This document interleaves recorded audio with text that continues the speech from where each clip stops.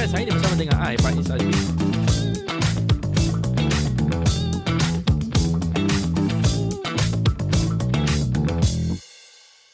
Assalamualaikum dan bersama dengan saya kali ini 1 jam, 2 jam selepas announcement dividen ASP dikeluarkan. Tak lain tak bukan Encik Muzaffar Osman. Congratulations. Terima kasih. For very good news. Macam mana tadi? Okey tak? Alhamdulillah. Okey, kita baru announce tadilah. Baru announce Baru announce. Apakah reaksi yang Encik Muzaffar nampak?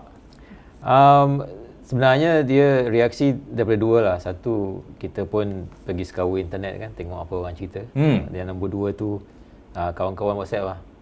Kawan-kawan WhatsApp Okay. Kawan WhatsApp. Direct WhatsApp, okay. Direct WhatsApp. Maybe kita go back kot. We just announced ASB 5.25% dividen.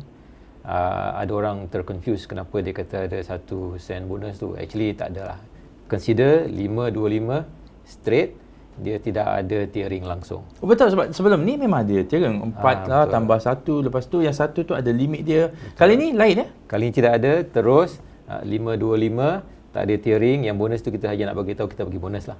Bonus tu daripada siapa tu? Bonus tu daripada PNB. Daripada PNB. So 4.25% daripada tabung ASB dan 1% daripada PNB itself. So rumusan apa yang paling seronok tentang result hari ni yang kita boleh nampak? Dan apa yang rasa macam ada tak masih orang kata tetapi ada tak?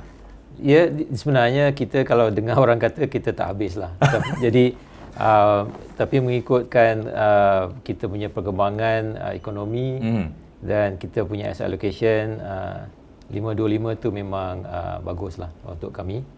Terutamanya tahun lepas kita bagi 465 campur 0.5 tak salah saya.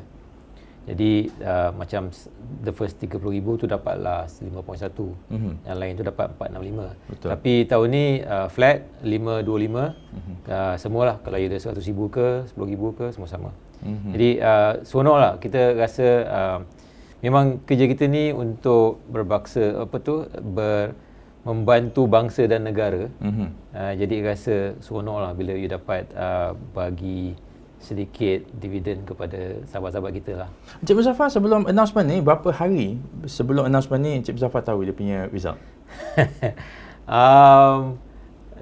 Kita sebenarnya banyak proses. Kita kena pergi board, kemudian kita kena jumpa Putrajaya, kena beritahu dia orang macam mana. Jadi lebih kurang 2 minggu kot sebelum kita dah tahulah.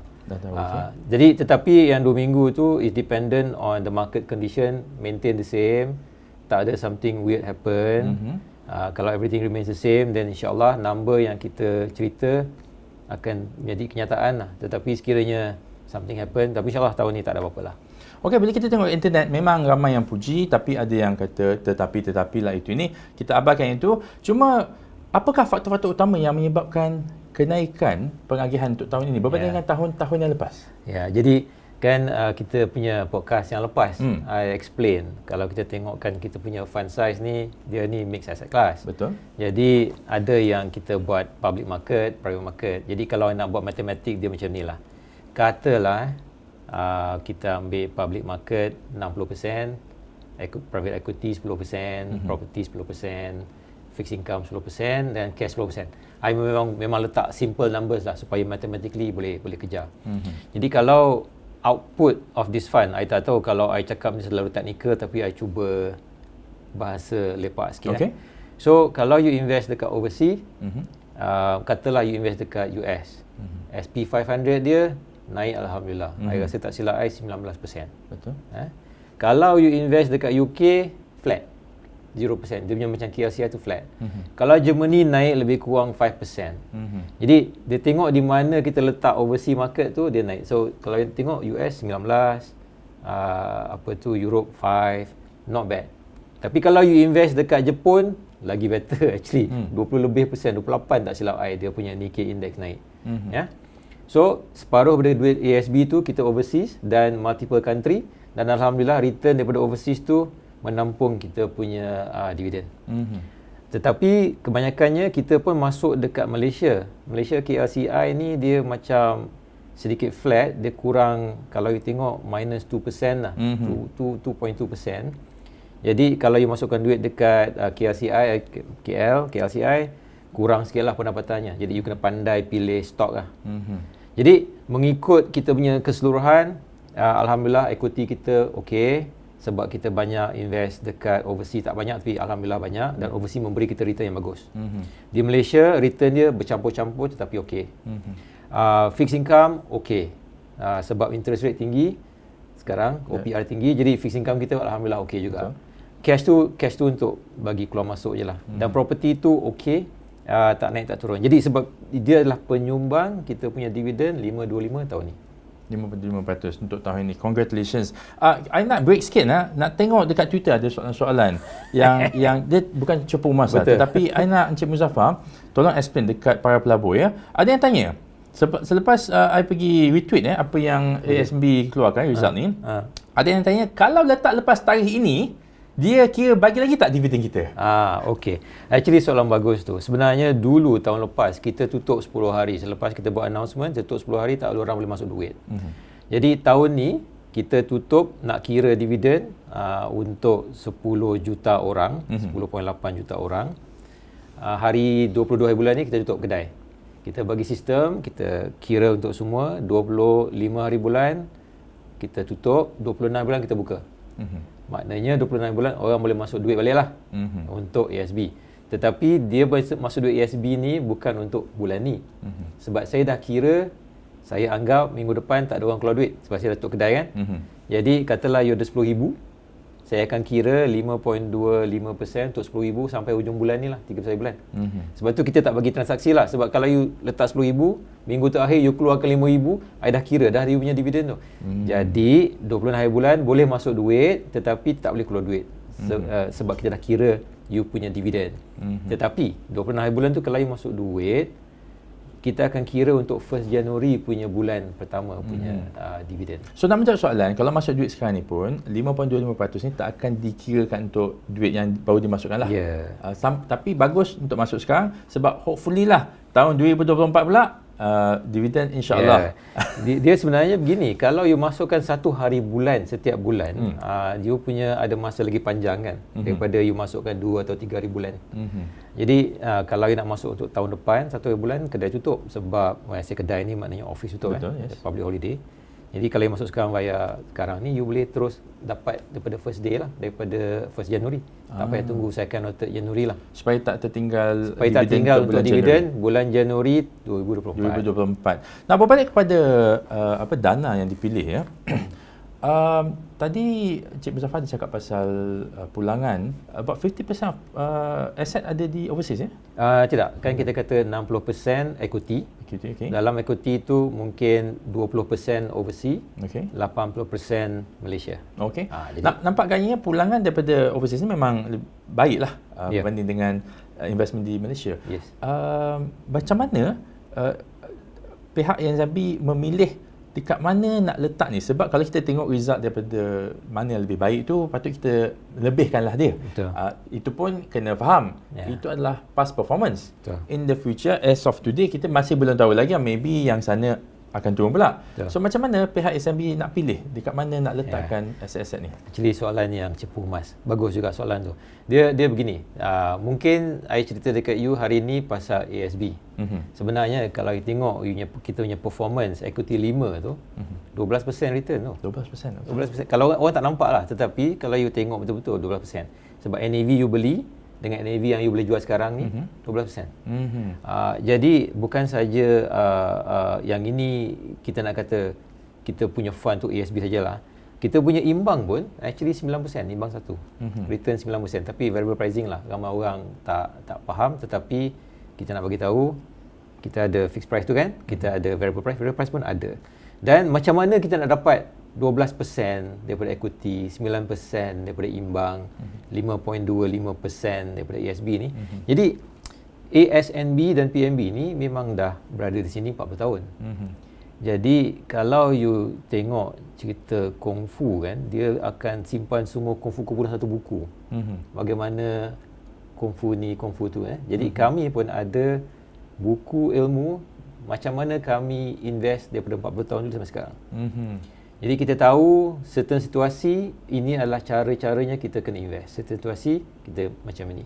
Ya betul, keadaan tukar lah, environment tukar, political changes tukar. Tetapi fundamental of investment tu kita ada.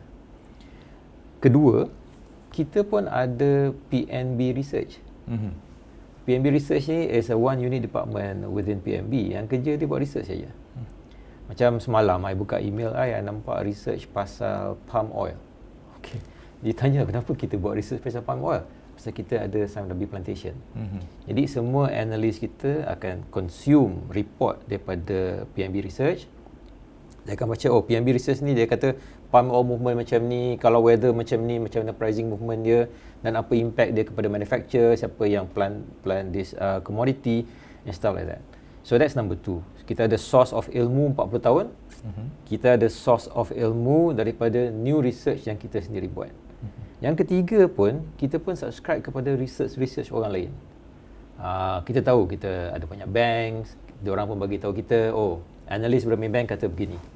Analis daripada RHB kata macam ni. Jadi analis daripada CIMB kata begini.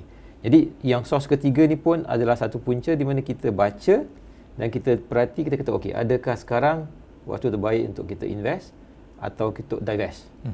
Jadi ini adalah salah satu proses, saya cakap simple lah 1, 2, 3 je, tapi sebenarnya banyak lagi lah.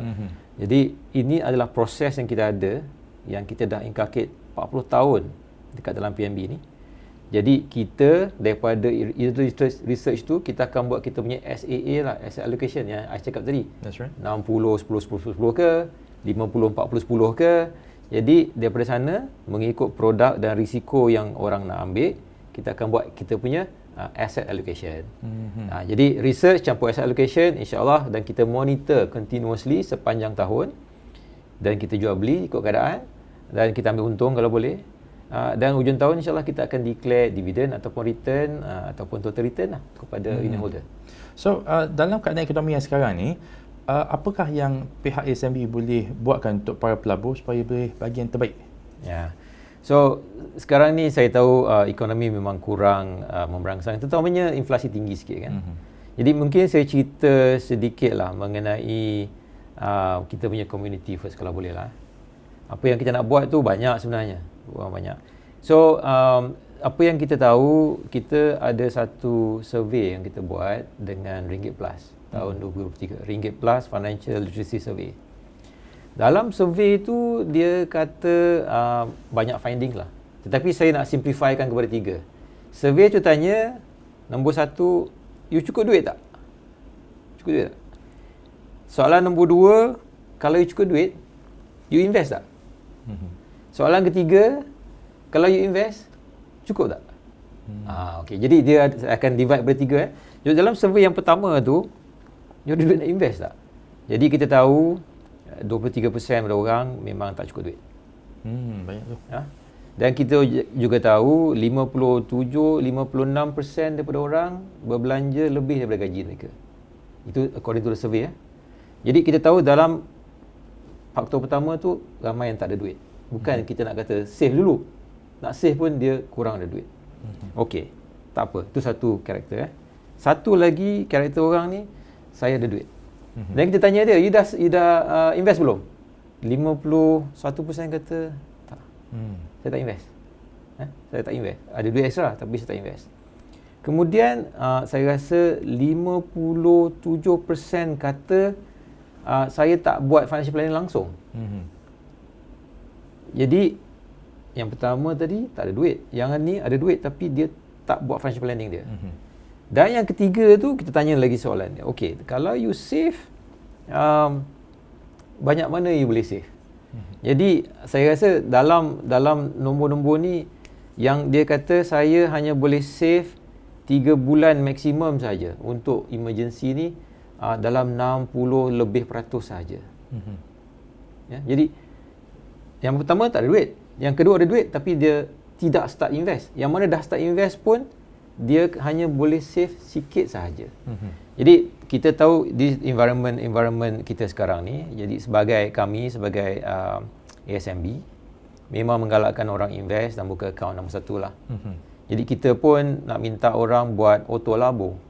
Auto labo ni RM10 boleh masuk. RM10 sebulan. RM10 sebulan, RM10 sehari, suka hati tu. Ya. Jadi kita memang menggalakkan orang jimat RM10 pun tak apa. Kalau you beli unit trust yang lain, mungkin RM10 tu ejen tak nak terima lah. Pasal RM10 commission RM5 kan. Jadi kami ni kalau gunakan digital channel, masuk je RM10. InsyaAllah every month you nak masuk atau every month masuk, kita boleh make sure. So that's number one yang kita buat. Number 2, kita memang buat banyak campaign untuk memastikan orang tahu macam mana nak menyimpan, cara menyimpan di mana, apa risiko-risiko mereka. Jadi itu adalah yang kita buat sekarang. Sebenarnya banyak lagi lah, tapi antara yang saya rasa patut kita ketengahkan. Kalau kita tengok Cik Muzaffar, kategori yang kedua tu, dia ada duit lebih untuk menyimpan atau untuk invest. Tapi dia tak buat. Kenapa tu? Okay. Itu to us, we believe is dia kurang English kata financial literacy lah. Dia kurang celik kewangan ni. Dia tak tahu.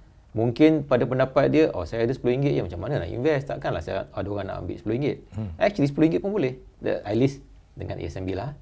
Nombor 1. Nombor 2, dia kata, saya tak pandai. Saya tak tahulah mana nak simpan duit saya tak pandai lah. Saya rasa ni macam kena bayar je kalau nak minta servis-servis ni. Jadi mungkin kerana tu kita akan go out to market, macam conversation kita hari ni, senang saja kalau nak invest. Kalau tak tahu, letakkan duit di ASB ke, ASB 2 ke. Bagi kami yang dah 40 tahun memang kerja kami macam ni, bagi kami buat kerja untuk you. You tunggu saja insyaAllah dividen keluar ujung tahun atau tahun financial year for that fund, you ambil je lah duit tu kalau perlu, ataupun kalau tak perlu, simpan untuk compound. Lagi senang. Jadi saya rasa itu hipotesis saya lah. Nombor 1, dia tak tahu. Nombor 2, dia ingat RM10 tu sikit sangat nak invest. Jadi dia tak berani RM10. Malulah nak jumpa orang RM10. Nak invest, nak tanya orang. Jadi itulah saya rasa hipotesis saya lah mengapa dia orang tak buat lah. Kalau kita cakap pasal literasi kewangan pulangan yang ASB bagi ni, for my audience yang tengok video atau channel Financial Files ni, dia tahulah pulangan 5% ni orang kata kat luar sana rendah, tetapi risiko dia pun rendah. Tetapi macam mana nak deliver that message kepada people? Sebab orang yang tak ada literasi kewangan ni, kadang-kadang dia rasa macam dia dengar lah orang kata 5 dah sangat, tapi kat luar sana ada yang 10% sebulan. Macam mana nak dispel the myth that boleh ada pulangan yang tinggi 10% sebulan tetapi capital protected dan selamat. Macam mana, apakah yang ASMB boleh buat untuk betulkan keadaan dia? Saya pun selalu bincang dengan kawan-kawan saya lah, macam mana kita nak bagi tahu diorang yang ini adalah satu jenis investment yang senang, mudah, tetapi mungkin tidak 20% return lah. Jadi setengah orang tu macam saya cakap dulu, kita ada risiko dia kan. Apakah risiko kita? Kalau risiko kita rendah, maknanya saya takut duit saya hilang. Saya nak duit saya tu, saya letak RM10, tinggal RM10, kalau lebih sikit Alhamdulillah, tapi janganlah RM9 semua mesti tinggal. Contoh Jadi sekiranya itulah risiko anda, produk-produk yang kita ada seperti ASB, ASB 2, ASB 3, ASM, patut ambil produk tu.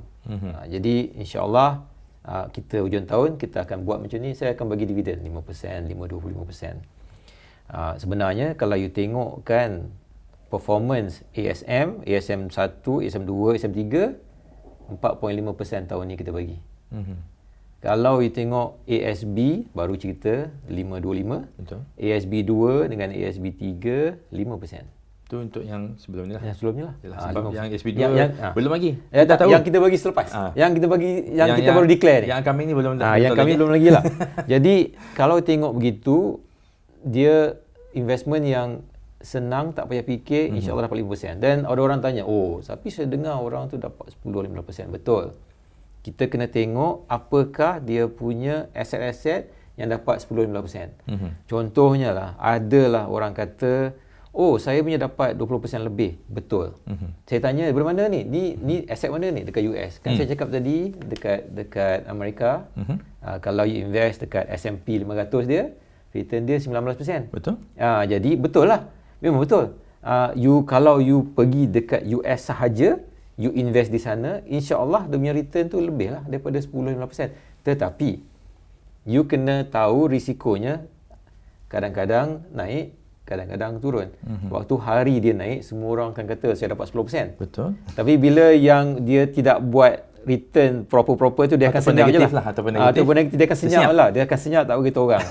Jadi kita sebagai pelabur kena tahu ada risikonya untuk dapat return terlebih. Lebih-lebih memang ada ambil risiko sikit lah. Tapi berani sikit lah. Jadi macam saya dan ASMB, kita memang untuk semua orang. Dan kita memang kerja kita tak adalah nak promise tinggi sangat. Tetapi very competitive. Kalau you letak dekat FD pun sekarang, on average maybe 289, 285, average sebab dia naik turun. Betul. 289, 285%. Lepas tu setahun duit tak boleh gerak. Dia kena simpan setahun. Kalau you gerak, you tak dapat. Liquidity-nya kurang sikit lah. Liquidity issue nanti kan. Kalau macam ASB ni, kita bagi 525, bulan ni you nak pakai, you ambil sikit, I kira minimum monthly balance lah untuk you. Jadi you boleh pakai. So, lebih baik daripada FD, sebab tu kita benchmark kat FD lah. Kemudian kita pergi dekat ASMB. Kemudian mungkin you ada nak masukkan apa lagi lah, equity luar negara ke. Kemudian setengah orang sekarang cakap saya nak invest dekat gold. Okay, it's another asset class. You kena tahulah, kadang-kadang gold naik, kadang-kadang gold turun. Jadi pricing dia depending on banyak situasi kan. Jadi asset class yang you kena ada ni, kena tengoklah. Dia tak boleh kata, oh saya dapat return. Saya kena tanya lah, dari mana? US? Memanglah, betul. Tapi kalau you invest dekat UK, kosong lah. So dia flat. Tahun ni dia flat lah. Kalau you invest dekat Europe, 5-6% lah, lebih kurang. On average lah. Saya pasti kalau fund manager tu pandai, dia buat lebih sikit lah. Kan? Daripada 5, 6, 7. Jadi, kita faham soalan-soalan tu. Tetapi kita sebagai pengguna kena tahu apa yang kita nak buat. Kalau tak tahu, paling simple ASB, ASB2, ASM. Bagi dekat saya, insya-Allah hujung tahun kita cerita macam ni saja. Berapa dividen dapat? Berapa pulangan dapat? Betul. Sebab ni ini adalah sesuai untuk para pelabur yang dia tidak mengejar sangat keuntungan yang terlalu tinggi. Betul. Sebab dia nak dapatkan dia punya capital tu agak protected lah. Maybe betul, dia punya pulangan yang banyak datang daripada bisnes yang lain ataupun betul, pekerjaan dia. Nak pergi tangent sikit ya. Tiap kali kita buat konten pasal pulangan ASB ataupun distribution ASB mesti akan ada kata, contohnya satu ni crypto untung lagi. Ini maknanya samalah dengan apa yang Encik Muzaffar terangkan tadi lah. Betul. So dia begini kita pun tengok Ringgit Plus Financial Literacy Survey. Kita tanya kepada responden tu. Kita tanya, okey, kalau you invest, di manakah you selalu invest? 62% orang kata ASB punya produk. ASMB dan ASB punya produk kan. Jadi kita pun rasa okey, alhamdulillah. 62% daripada responden tahu ASB adalah satu aset instrumen yang baik. Kita tanya kripto. 18-19% kata okey, kita invest dekat kripto. Jadi memang ada orang invest dekat kripto. Betul. Tetapi secara puratanya, kalau 62% orang kata ASB, ASNB punya produk adalah yang diorang invest first, maknanya adalah. Yang mana kripto tu, macam saya cakap lah, ada 18-19% dari population yang suka asset class macam kripto. Dan tak salah. It's okay. Boleh. Tetapi saya nasihat kepada semua lah, janganlah kalau you ada 1 juta tu masuk 1 juta kripto. Setengah juta tu letaklah dekat saya dulu. ASB ke, ASB, ASB2 ke, ASB3, ASM ke, ataupun variable pricing. Yang setengah juta tu you boleh pecahkan. You nak pergi kripto boleh. Sebab kalau you hilang 100,000 dekat kripto, you tak nangis sebab you ada lagi setengah juta dengan saya. Kesalnya orang kripto ni dia tinggi kereta besar-besar kan. Sekiranya yang 100,000 dia invest tu buat 2-3 kali, 200-300 ribu, dia boleh tunjuk lah dekat dia punya TikTok. Kata saya telah berjaya dan boleh tunjuk lah. Tetapi saya cadangkan secara portfolio lah, jangan tengok satu saja. Tapi saya suka lah, saya pun surprise 62% orang kata kita punya produk adalah yang diorang go first, go to first. Okay, so maybe boleh dinaikkan jadi 80 lepas ni, 90 lepas ni. Especially tahun ni, selepas result yang Alhamdulillah, baru-baru ni. Alhamdulillah. Now, tadi Encik Muzaffar dia cakap pasal MyASMB buat auto labur melalui MyASMB. Dan if I'm not mistaken, dekat MyASMB tu ada update. Betul. And then ada satu butang tu untuk robo-advisor. So, bila pengguna MyASMB ni boleh gunakan servis robo-advisor? Dan what is robo-advisor? under jagaan MySMB ni. Is it different than ASB 1, 2, 3? Okey, dia begini. Kalau you nak invest kan, selalunya dia ada 3 cara. Saya pandai, saya nak invest sendiri. Jadi saya akan belilah unit trust mana atau equity mana. Sendiri beli, sendiri jual. Betul. Okay. So, which is sekarang ni ramai orang akan beli ASB, beli saja. Dia tak minta nasihat. Ya. Okay. Kemudian dia ada satu ekstrim, kita minta nasihat. Kita kata, okey, saya ada 100,000. Selalunya kita bagi financial advisor lah. 100,000, saya rasa saya punya target nak beli rumah ke atau nak bersara ke. Jadi financial advisor ni akan beritahu, okey Encik Muzaffar, you 100,000 Okey, risiko you macam mana, macam ni. Okey, saya recommend you letak dekat sini sikit, sana sikit. Dan ini ada fee saya sikit lah. Pasal kita financial advisor kan. Kemudian kita ni, yang robot advisor ni, dia tengah-tengah. Dia tengah-tengah di mana kita akan bagi advisory secara algoritma. Maknanya kita tahu kalau you invest macam ini caranya, InsyaAllah you ada return macam ini. Jadi dia semua automated. Cost dia pun lagi rendah daripada kita jumpa personal financial advisor. Now question is, kenapa kita nak ada tengah-tengah? Dia macam ni. Setengah-setengah orang, dia tak nak jumpa orang. Macam anak saya, dia tak nak jumpa orang. Dia malu nak tanya. Pasal dia kata, saya ada 100,000 je. Saya tak ada 100 juta. Jadi nak jumpa financial advisor pun macam 100,000 kecil sangat kot. Jadi robot advisory ni adalah digital advisory. Di mana you akan kata, ini jawab soalan sikit lah. Dari risiko saya, digital advisor akan kata, okay, you adalah risiko paling tinggi. Pasal saya nampak macam jawapan you semua paling tinggi risiko. Dan kalau you ada 1,000, ini adalah 2 atau 3 fund yang kita akan campurkan untuk you. Jadi dalam robot advisory kita tu, kita ada 3 fundamental fund. Equity Malaysia yang tak dijual kepada umum lagi. Kena beli melalui hanya robot saya boleh dapat. Okay. Equity Malaysia, Equity Global dengan Sukuk. Jadi 3 tu akan menjadi fundamental base kepada kita punya recommendation. Kalau you high risk, kita akan recommend tinggikan Equity Global. Kalau you macam low risk, kita akan lebihkan kepada Sukuk. Jadi kita akan bagi advisory. Itu adalah function dia sekarang ni untuk robot advisory. Dan kita kena ada lesen lah untuk buat ni semua. ASMB kena lesen. ASMB kena ada lesen. Jadi kita dalam proses untuk mendapatkan lesen daripada SC supaya kita boleh launch. InsyaAllah kita akan launch first quarter next year. Dan kita punya fee memang paling kompetitif in the market. Very competitive. Maknanya kita bagi advice tu at almost the first year tu I bagi free lah. Pakai je lah. Tak ada fee. Tapi lepas tu kita cerita lah sebab there's a cost to do this. So untuk promotion kita akan bagi the whole year next year free. Tak ada cost. Masuk je duit kat situ. So kalau ada fee pun selepas ni, ia akan diambil as part of the investment ke? Dia punya fee datang daripada front fee. Front fee, okay. Kita masih lagi berbincang macam mana. Kita ada setahun untuk decide di mana nak charge. Dan kita memang kompetitif. Bila kita buat benda ni semua, saya punya customer memang mass market. Kita tahu dia very price sensitive. Jadi bila kita buat dia punya cost tu memang low. Kita akan decide macam mana nak ambil daripada mana dia punya fee tu lah. Tapi memang very competitive. Saya nampak kita benchmarking dengan kita punya competitor. Okay. Dan kita kata ini tak boleh lah. Kita Malaysian, kita memang nak serving the rakyat. We have to make sure kita punya cost to serve murah. Jadi insyaAllah murah. So maksudnya kalau investor pergi invest menggunakan robot advisor melalui MySMB ni, fund-fund dia akan dilaburkan dalam 3 core fund tu, tapi bukan fund-fund ASMB yang lain lah, macam ASB 1, 2, 3. Tidak adalah. Sebab dia punya portfolio beralaskan daripada 3. Now bila kita dah macam advance sikit setahun lebih, dan katalah ramai orang kata, saya nak exposure kepada money market lah. Okay, then kita akan discuss, should money market be part of the fundamental portfolio? Ataupun orang akan kata, saya sebenarnya nak tengok kalau boleh buat ETF kat US ke mana kan. Okay. It's a conversation. Kalau kita boleh, kita akan cuba bagi exposure kepada customer. Tapi kita rasa customer kita sekarang ni quite simple. Kita tak nak complicatekan conversation ni. Kita kata, okay, kita ada Malaysia, kita ada overseas dan kita ada base Sukuk. Senang.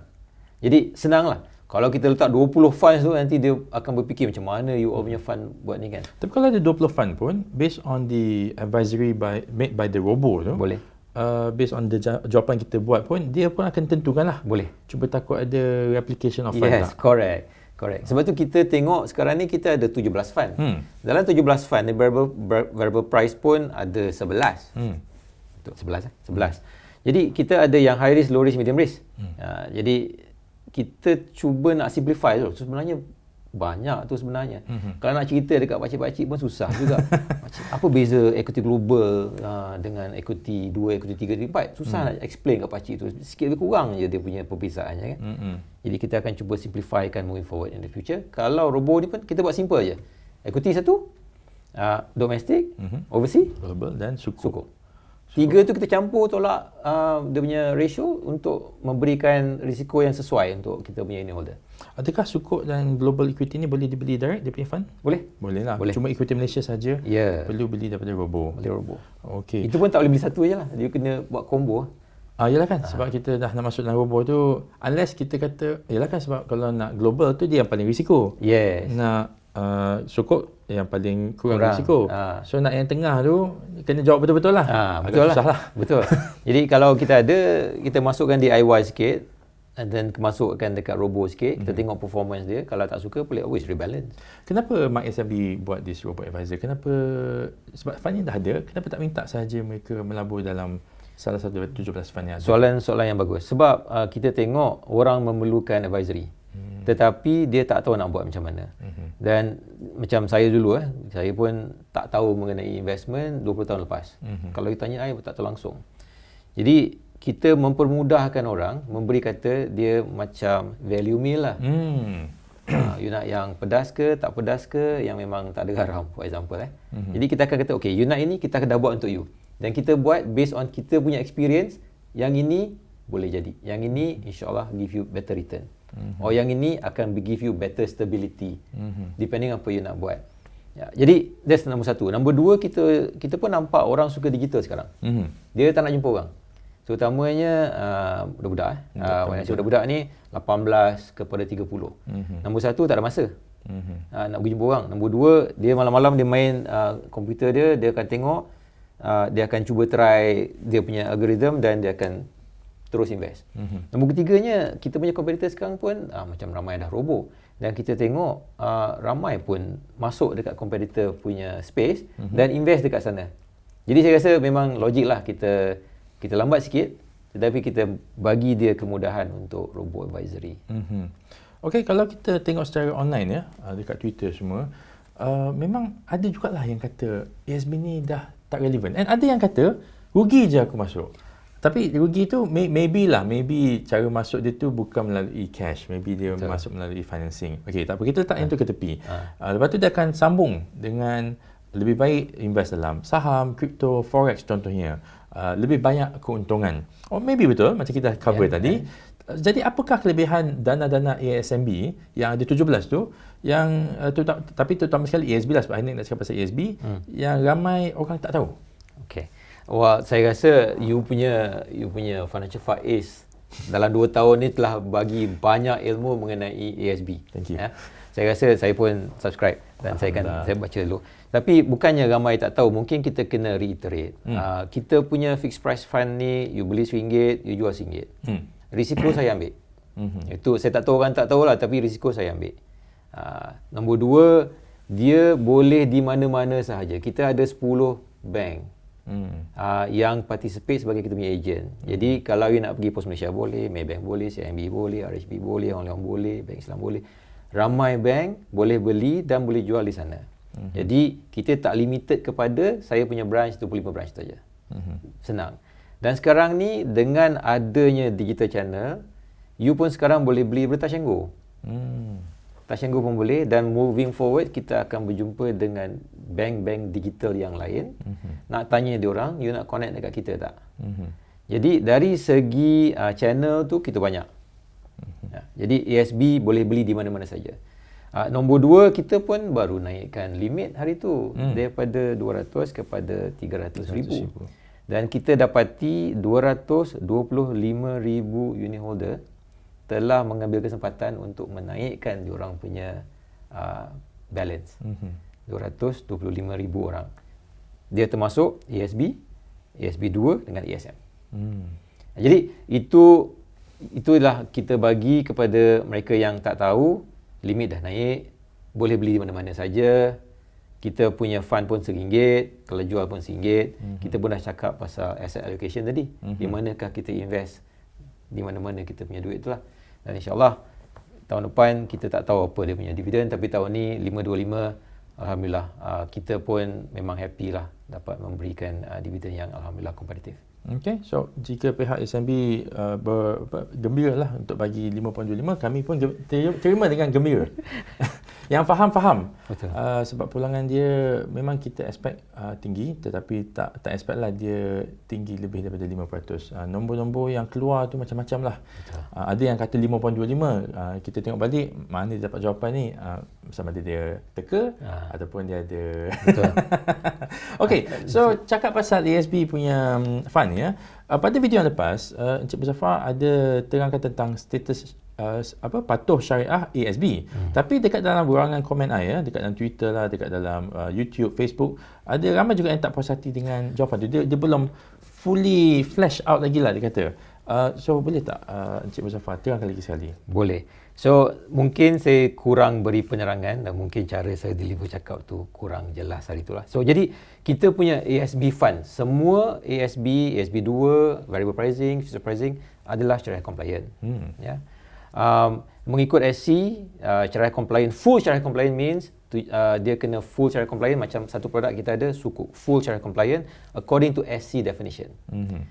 Kita punya fund-fund yang lain adalah syariah compliant, tetapi kita dapat pelepasan daripada makasid. Jadi pelepasan tu memberi kita sedikit peluang, dan pelepasan ni diberi pada kita, tak ramai orang dapat pelepasan ni. Dan selepas dikaji di mana kita invest, dan bagaimana return kita ambil, dan bagaimana kita kawal profit daripada certain investment tu, dan kita telah diberi syariah compliant status lah untuk kita punya produk. Dan ulama-ulama pun kata kita harus sekiranya untuk melabur di ASB dan ASMB punya produk. Hukumnya harus. Jadi adalah Majlis Islam Negeri-Negeri ya. Bukan saya kata, Majlis Islam Negeri-Negeri memutuskan sekiranya invest di ASMB harus hukumnya. Apa akan berlaku kalau umat Islam ataupun Bumi Putra secara as a whole tidak melabur dalam fund-fund ASMB sebab maybe terpengaruh dengan desas-desus orang cakap lah, tak syariah compliant sebab ada counter ni counter itu. Apa akan berlaku ya? Okey. So apa akan berlaku tu saya tak tahu, tetapi kita sekarangnya ada 10.8 juta unit holder. ASB saja. 10.8 juta holder. Jadi dan kita dengan secara terangnya bagi tahu kita punya produk memang syariah compliant. Dan sekiranya mereka tidak invest, mungkin itu satu choice lah. It is a choice of them to invest or not to invest with us. Tetapi 10.8 juta orang tu takkan semuanya salah. Jadi mungkin kita kena mengkaji sebenarnya apa yang menyebabkan mereka kata ni tak baik, yang ni baik, dan tanya kita, converse with us. Mungkin bagi feedback. Bagi feedback. Apa yang kurang was-was? Apa yang was-was tu? Sebab betul, memang selalunya yang bagi komen ni ada di ruang komen. Tapi kadang-kadang saya akan cakap dia lah, kalau tak puas hati boleh cakap dengan mereka terus. Tapi selalunya dia berhenti di sana lah. Itu. Jadi memang betul lah ada dia kalau macam social media ni memang semua orang boleh cakap apa dia punya opinion lah. Jadi sekiranya nak tahu dengan lebih lanjut, kontaklah kami. Call center kita ada, kita pun ada chatbot sekarang. Kontak kami dan kita akan cuba memberi sebanyak maklumat-maklumat untuk menenangkan hati. Hati dia kena tenang bila nak invest kan. Jadi insyaAllah kita boleh buat. Okay. So sekarang ni ASMB ada any campaign ke untuk para pelabur? ASMB memang banyak campaign. Kalau you tengok news, kita bagi kereta Toyota kadang-kadang 2-3 bulan sekali. So kita ada banyak kempen. Kempen pertama ialah kempen Vaganza, di mana kalau you invest di branch-branch yang kita cakap 2,600 branch tadi tu, ada value lah, saya tak ingat lah, RM1,000, RM2,000, you berpeluang untuk memenangi banyak-banyak hadiah. Kemudian kalau you invest RM5,000, contohnya sekali, terutamanya musim bonus ni kan, masuk je lah sikit. InsyaAllah kalau you part of the winner, bina nombor 1 dapat satu kereta Toyota. Itu Vaganza dekat over the counter. Lepas tu kita pun buat Vaganza online. Jadi sekiranya you nak invest online pun ada peluang untuk memenangi seperti peti ais ke, tablet ke, phone ke, iPhone ke yang you cakap mahal orang beli tu kan. Jadi ada peluang untuk memenangi, hanya masuk duit melalui digital channel saja. So itu kempen nombor 2 dia. Kempen nombor 3 pun kita ada Auto Labo kempen.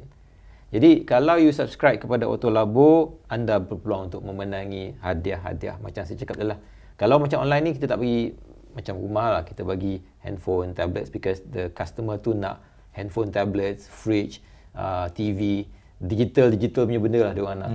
Dan kempen-kempen ni akan berlangsung daripada sekarang sampai bulan 3, bulan 4, dan kita akan continue kalau ada lagi orang nak lagi, kita akan continuekan lagi. Dan ini semua bukannya sebab kita nak menjual banyak sangat lah. Harga yang kita bagi hadiah pun tak banyak, 200,000, 300,000. Tetapi apa yang kita nak adalah orang ada habit untuk invest. Habit tu yang susah. Kita sebenarnya, kita berbincang sama sendiri lah dekat ASMB ni. Kita kata, siapa kita punya kompetitor sebenarnya ni? Orang cakap, you punya kompetitor EPF ke, unit trust lain ke. Sebenarnya kita punya kompetitor ni adalah kedai kopi yang mahal. Betul. Habit orang beli RM16 kopi. Hari-hari beli satu RM16 kopi. Sebulan dah berapa ratus dah. Dia belanja RM16, dia minum settle satu hari. Itu kalau dia minum satu hari sekali. RM16 ni adalah harga sekarang ni lah. Kita compete dengan diorang ni. Habit diorang beli RM16 satu hari, dia macam tak kisah je, okey je. Tapi bila kita suruh invest satu hari RM10, susah sikit lah nak buat. Padahal RM10 yang dia invest tu tetap duit dia. Dan insyaAllah bulan tahun depan bila dapat dividen tu, bolehlah beli kopi.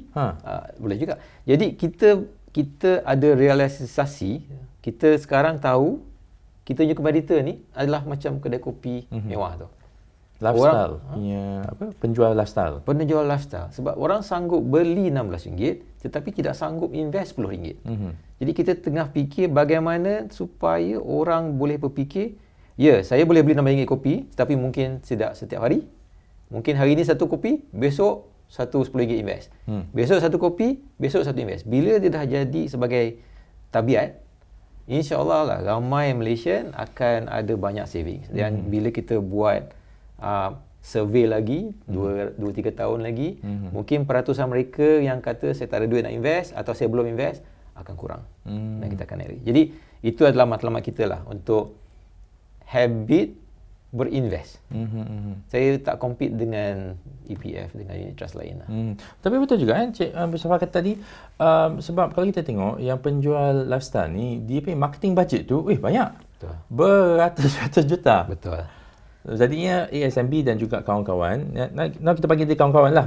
EPF, unit trust lain, seperti kawan-kawan, bukan competition. Bukan competition. Sebab memang korang semua memang nak dapatkan attention daripada rakyat Malaysia untuk instead of berbelanja, tapi mula menyimpan dan melabur. Betul. Dia kena separuh-separuh lah. Tapi habit ni dia susah. Dia susah. Dia bila dah jadi habit, dia tak fikir. Saya tahu macam ramai kawan-kawan saya, dia ada Auto Labo. RM10, RM20. Dia letak je. Lepas tu dia terlupa. Tahu-tahu hujung tahun dia kata, banyak juga duit aku. Aku terlupa lah hari tu aku letak duit bulan-bulan. Jadi dia rasa macam surprise lah. Jadi bila dah ada habit tu, dia akan kata, tak apa, biar je lah. Biar terlabur, biar jalan. Sementara saya hidup sini pun kena jalan. Jadi insyaAllah kita cuba tengok macam mana kita nak tukar habit daripada membeli RM16 kopi kepada RM10 investment seminggu. Nampak gayanya memang ibu bapa pun memainkan peranan penting Betul. untuk pupuk habit untuk menabung dan menyimpan ni. Betul. Okey, jadi untuk soalan terakhir pada hari ini apakah plan ASMB dan juga Encik Muzaffar as a whole untuk tahun 2024 dan akan datang? Kami memang sentiasa sebenarnya kita ada sedikit realisasi mengenai apakah kita punya passion in life, apa kita punya purpose in life dekat PNB ni, dengan ASMB ni. So kita punya purpose moving forward adalah mengukuhkan kedudukan kewangan rakyat Malaysia sepanjang generasi. Maknanya daripada ayah dia kepada anak dia, kepada cucu dia, kalau cucu dah besar, dah jadi bapa orang, kepada anak dia dan segalanya. Jadi kami punya peranan memang seluruh generasi. Daripada itu kita kata okey, kita kena buat financial literacy program banyak-banyak. Dan seperti kita buat lepas-lepas, kita akan continue buat.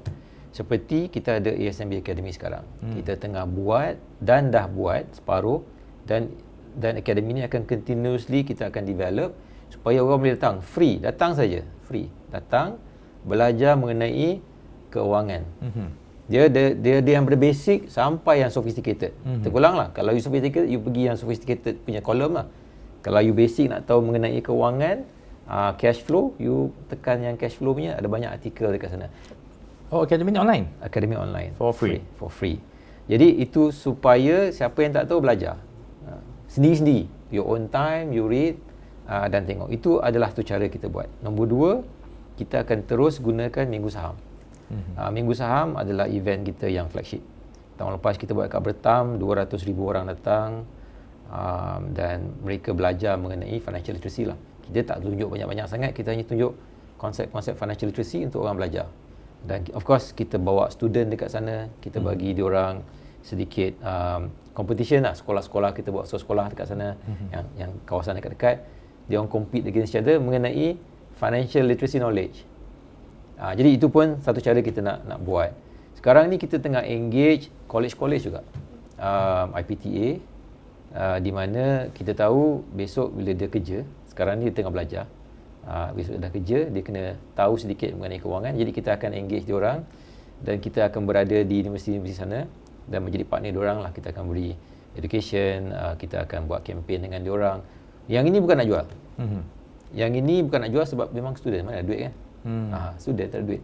Tetapi yang ini bila kita tahu diorang besok, diorang akan kaya insya-Allah. Dah ada kerja nanti insya-Allah. Dah ada kerja insya-Allah. Dia kena tahu okey. I tahu cara menyimpan duit. Tak kisahlah dia menyimpan di ASB ke, dia menyimpan di sahabat-sahabat saya yang lain ke. Yang penting sebagai individu dia kena simpan. Jadi itu adalah satu benda yang kita akan terus buat. Walaupun kita rasa sometimes investment ni can be challenging, can be good, can be bad. Dan alhamdulillah last year, when I say last year means 2023, it was challenging, tetapi kita dapat memberikan pulangan yang alhamdulillah kompetitif lah. Jadi masa depan insyaAllah kita akan terus engage community kita, dan kita duk fikir it's a long term, it's not short game. It's yang kita kata merentasi generasi tu, it's a long game. It's not like I nak buat you kaya hari ni. I nak you, anak you, besok dah jadi datuk, you punya cucu, insyaAllah money tu flow in dan dia akan terus berkembang. Jadi itu kita punya matlamat kita lah. So betul tak kalau saya nak tanya, 5.25% ni adalah tinggi, betul. Tetapi itu adalah untuk tahun 2023. Yeah. Mentaliti untuk menyimpan ni, kita tak boleh menyimpan bila kadar naik saja. Betul. Kita kena sentiasa menyimpan. In fact kalau nak diikutkan, kalau ada orang kata 4.65% tahun lepas tu sedikit rendah, tetapi dia dah tak nak melabur lagi dekat dalam ESB contohnya, dan dia miss out on the 5.25% sekarang ni. So kalau nak melabur kena buat consistently dengan istiqamah. Betul. Jadi itulah kadang-kadang kita ni mengikut graf sangat. Kalau graf turun, saya tak nak buat. Kalau graf tinggi, okey, waktu tu saya nak buat. So kalau orang nak invest ni, dia sebenarnya dia kena consistent saving. Naik turun itu adat dunia lah. Tetapi kalau you consistently RM10, RM10, RM10, RM10, RM10, naik turun, insyaAllah at the end of the day is naik. The end game tu memang tinggi. Ya, terutamanya kalau you buat compounding, punya power compounding kan. Jadi kalau you tengok 10 tahun, 15 tahun, on average kalau you ambil 5-6% punya return, you double your money. Double money. Double your money. Jadi saya nasihatkan kepada semua orang lah, walaupun tak ada duit, cuba RM10, RM15, RM20, invest on a monthly basis ataupun weekly basis. Dia seperti beli kopi. Jangan beli satu kopi seminggu saja. Beli invest RM10, dan insyaAllah bila you tengok hujung tahun ni, you akan terpanjat lah. Boleh tahan juga saya tak minum kopi ni. Tapi saya tahu sekarang macam ada orang yang rokok, dia RM30 kan satu kotak kan. Jadi tak tahulah macam mana kita nak habitkan dia supaya kurang sana banyak sini. Jadi itu adalah kita minta lah semua orang cuba belajar melabur dan melabur di tempat kami RM10. Murah gila. Dan kami 40 tahun di sini. InsyaAllah bila kita pindah kepada bank baru besok, kita ada di sana lagi 40 tahun. You boleh cari I. InsyaAllah. Tapi kalau you pergi kripto tu, I tak tahu you boleh cari diorang lah tahun depan. Depends lah. Jadi itu risiko yang kita tengok lah. So insyaAllah kita cuba sedaya upaya untuk memperkukuhkan kewangan rakyat Malaysia lah. Cakap pasal rokok dan kopi, kebetulan dua-dua tu adalah contoh yang addiktif. Addictive. So maknanya maybe the key to making people invest, tak kisah dalam ASB ke dalam mana-mana tabung, adalah making the investment tu rasa addictive. Dia letak duit tu, dia nampak ada benda warna hijau, profit plus untuk sehari lah 0.01% pun tak apalah, janji dia hijau. Itu saja kita ada untuk pada hari ini. Banyak terima kasih saya ucapkan kepada Encik Muzaffar Uthman kerana sudi untuk host untuk datang ke saya punya podcast pada hari ini. Terima kasih. Dan congratulations to the performance of ASB pada tahun ini. Banyak good reviews, good vibes dekat internet sekarang ni. Ada yang marah juga sebab dia terlepas. Saya minta maaf kalau dah terlepas. Tahun depan boleh try lagi. In fact besok boleh terus invest kalau nak. Besok dah boleh masuk Dia dah buka balik untuk besok boleh buka balik. 26 bulan pun kita buka, masukkan je lah. Sikit-sikit lama-lama jadi bukit tu. Dapat ampau ke yang baru kahwin. Maybe bulan-bulan Disember ni tengah cuti ni. Betul. Dapat duit hulur. Mungkin kita kena buat satu recommendation kot. Dia selalunya orang menyambut hari-hari yang selalu orang kata disambut oleh orang ramai lah. 11-11, 12-12. Bila hari-hari tu, sementara you pergi beli barang, you invest sikit. Kemudian 1 hari bulan, setengah orang celebrate Valentine's Day, setengah orang tidak. Jadi Valentine's Day tu janganlah minta rose, saham, unit trust. Raya besok ada cucu-cucu tu, bagi unit trust. Happy birthday, bagi unit trust. Bagi sijil tu terus. Bagi sijil. Sebab kalau kita bagi mainan, dia main sekejap lah. Lepas tu pecah ke apa ke, kita kena beli lagi. Jadi mungkin satu cara kot. Memumpuk mereka. Apa sijil ni? Dan kita explain dekat dia, ini investment. Tapi memang susah lah saya tahu. Kerana dia bukan satu yang immediate gratification. Kalau kita minum kopi, boleh rasa kopi tu sedap. Kalau kita minum isap rokok, mungkin ada rasa, saya tak isap rokok tapi mungkin ada rasa sedap. Instant, immediate, you beli hari ni, waktu sekarang saat ni boleh rasa. Tapi investment ni, you beli hari ni, you tak nampak. Jadi itu yang susah dia. Kita kena fikir long term. Dia akan nampak hujung tahun nanti. Macam saya selalu cakap lah, delayed gratification akan membuatkan you rasa seronok selepas ni. Apa yang saya ada sekarang ni adalah the result of my delayed gratification yang saya buat pada tahun-tahun yang sebelum ini. Terima kasih. Terima kasih. Terima kasih. Assalamualaikum. Waalaikumsalam.